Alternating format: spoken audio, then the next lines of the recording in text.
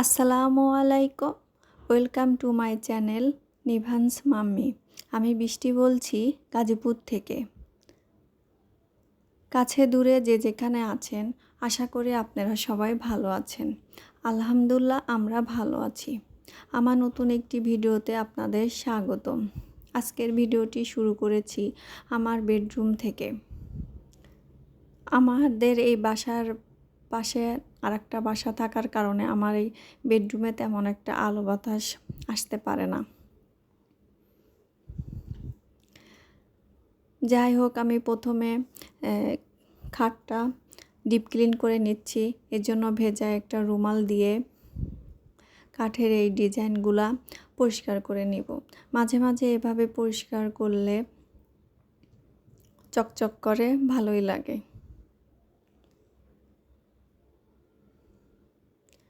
এরপরে আমি বিছানাটা ভালো করে ঝেড়ে নিব। বিছানার চাদরটা যদি টান টান থাকে তাহলে বিছানাটা দেখতে ভালো লাগে। বাসার মধ্যে যদি বিছানাটা গোছানো থাকে তাহলে মনে হয় বাসার অর্ধেকটাই গোছানো লাগে।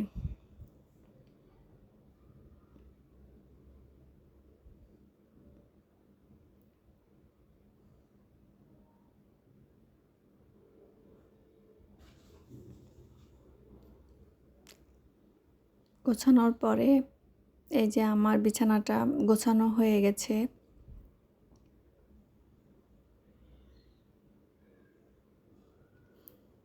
এই সময় আমার হাজব্যান্ড বাজারে গেছিল।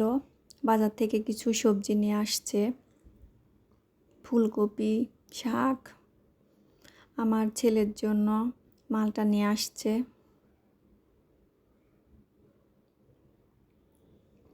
আমাদের এই এলাকাতে প্রত্যেক দিন বিকেলবেলা একদম ফ্রেশ সবজি পাওয়া যায়। এজন্য আমাদের মাঝে মাঝে একদিন দুই দিন পর পর এরকম ফ্রেশ সবজি কিনে নিয়ে আসে। এগুলা দেখতে যেরকম ফ্রেশ, খেতেও কিন্তু অনেক মজা হয়। ছেলের মালটার সঙ্গে আমার জন্য কিছু কদবেল নিয়ে আসছে। আমি যেহেতু কদবেল খেতে পছন্দ করি, এজন্য মাঝে মাঝে এরকম আমার জন্য কদবেলটা নিয়ে আসে। বাজারের এই যে আপেল, কমলা, মালটা, এগুলা আসলে সরাসরি বড়দেরও খাওয়া উচিত না, ছোট বাচ্চাদেরকেও খাওয়ানো উচিত না, কারণ অনেক ফরমালিন দেওয়া থাকে, রাসায়নিক দ্রব্য দেওয়া থাকে। এই জন্য আমি কখনোই আমার ছেলেকে সরাসরি খাওয়াই না। এই জন্য প্রথমে একটি বাটিতে আমি পরিমাণ মতো পানি নিয়ে এতে হাফ চামচ লবণ দিয়ে 1 চামচ ভিনেগার দিয়ে দিব। দেওয়ার পরে ফলগুলা দিয়ে 1-2 ঘন্টা রেখে দেব। 1-2 ঘন্টা রেখে দিলে কি হবে, ফরমালিন মুক্ত হয়ে যাবে। এভাবে রেখে দেওয়ার পরে আমি নর্মাল পানি দিয়ে 2-3 বার ভালো করে ধুয়ে নিব।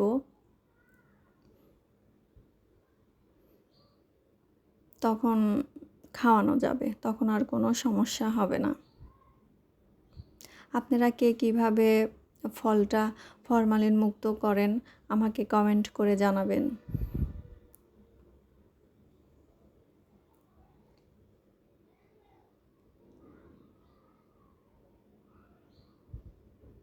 আমি যেহেতু দিনের বেলা ভয়েস দিচ্ছি, আশেপাশে ছোট বাচ্চার অনেক নয়েজ আসতেছে, প্লিজ ক্ষমার দৃষ্টিতে দেখবেন।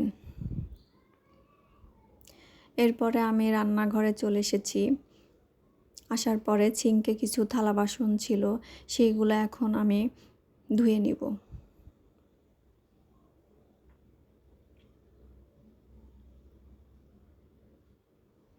যারা আমার এই ছোট্ট চ্যানেলটিকে সাবস্ক্রাইব করেছেন তাদেরকে জানাই অসংখ্য ধন্যবাদ। যারা ধৈর্য ধরে এখন পর্যন্ত আমার ভিডিওটি দেখছেন, একটু যদি আপনাদের কাছে ভালো লেগে থাকে তাহলে প্লিজ আমার চ্যানেলটিকে সাবস্ক্রাইব করে দিবেন।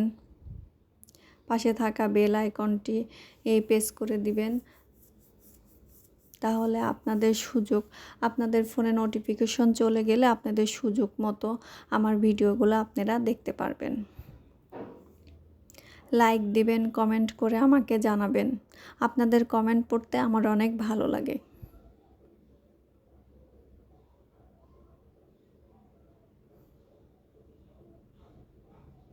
মেয়েদের কাজের শেষ নাই। সেই সকাল থেকে শুরু হয়, রাত পর্যন্ত একটার পর একটা কাজ করতেই হয়। যাদের বাসায় ছোট বাচ্চা আছে তাদের তো আর কোনো কথাই নাই। কাজ তো বাড়ানোর জন্য বাচ্চারাই যথেষ্ট।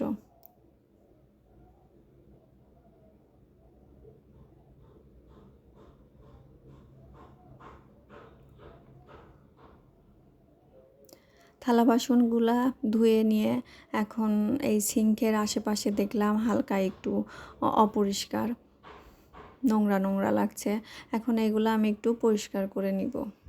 আমি যখন যেখানে দেখি যে অপরিষ্কার তখনই একটু হালকা পরিষ্কার করে নিই, তাহলে ডিপ ক্লিন করা লাগে না। যেহেতু আমার বাচ্চা ছোট, আমি অনেক বেশি সময় নিয়ে ডিপ ক্লিন করাটা আমার পক্ষে সম্ভব না।